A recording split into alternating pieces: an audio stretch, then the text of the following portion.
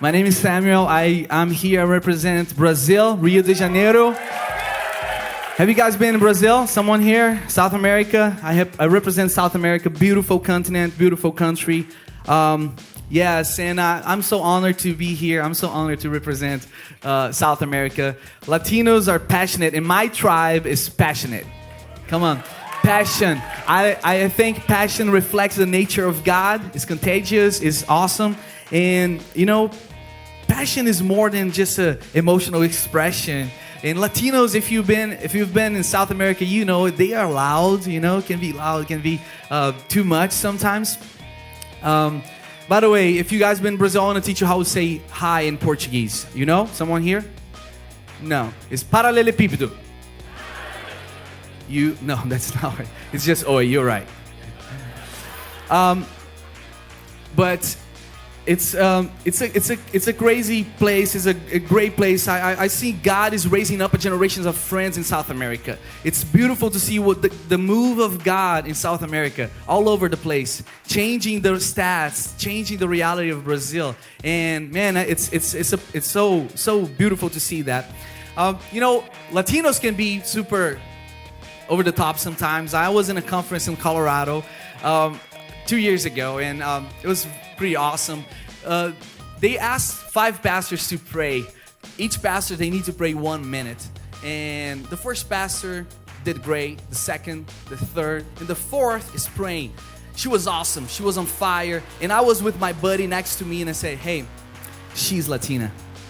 And the guy was like, how you know, bro? And I said, man, she's praying for 3 minutes now. Look at that. She's doing warfare right now. Speaking tongues and everything, you know. That's a natural DNA of Latinos. It's not wrong. I think God is shaping that, using that tool to bring a revival not only to South America, but to use that tool to bring this flame around the world. I want to share 3 things really quick, based in Luke chapter 10. I'm pretty sure you guys heard this story. It's Mary at Jesus' feet. I love that picture when Mary goes at Jesus' feet. And I want to share 3 characteristics of a passionate generation. Come on, who wants to be a passionate generation, right? So a passionate generation, first, based in Luke chapter 10, is we surrender all. You know, when Mary went to Jesus' feet, it was an extravagant devotion, but you guys know what Jesus told Martha. He said to Martha, hey, Martha, you are so distracted, but Mary chose the part, the one thing that will not be taken from her. And I was thinking about this. What is this one thing? What is this? Just a devotion? Is being at Jesus' feet? Yes, of course, but it's surrender. You recognize that your God is God of your finances, your relationships, your opinions, and everything. You are surrendered all to Him. I see that culture being raised in Brazil, in South America. They are so passionate, they are willing to surrender all to the Creator. The second characteristic is we break the rules, man. Seriously, don't get me wrong. I'm not saying that you need to break the rules, but what I'm saying, when Mary went to Jesus' feet, in the context, she was doing something that she couldn't.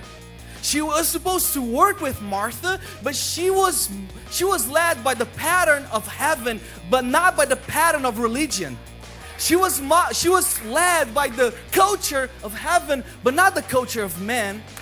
And I see that in South America very strong.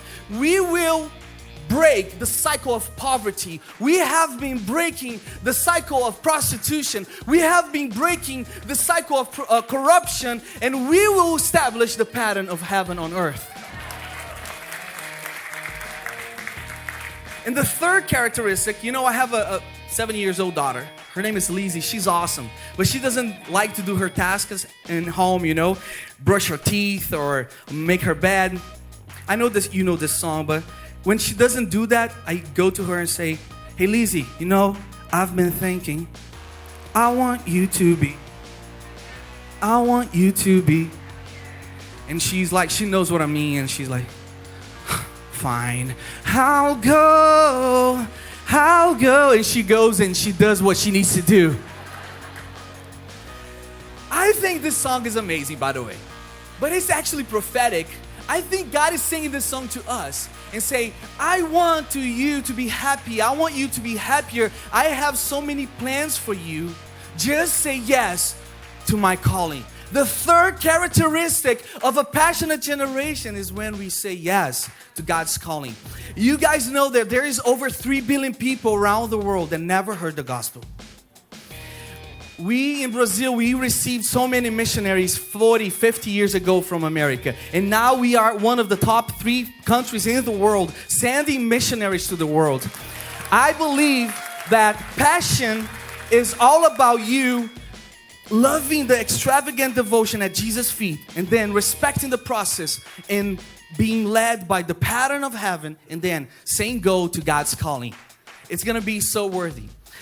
I don't know if you guys know this, but next year there is a gathering happening in São Paulo with a soccer stadium in São Paulo. And they sold 65,000 tickets in 5 hours last week for this gathering. And the main goal of this gathering is to raise missionaries to the ends of the earth. I'm proud of Brazil. I'm proud of South America.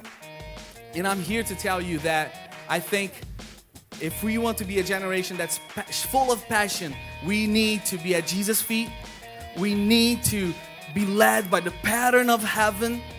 And we need to say yes. Sometimes it won't be comfortable. It won't be easy. But you guys, we need to say yes to God's calling.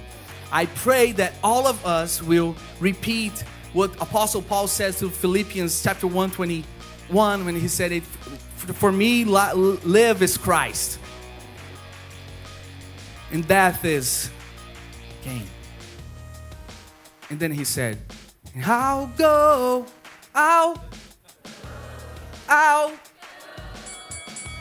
God bless you guys.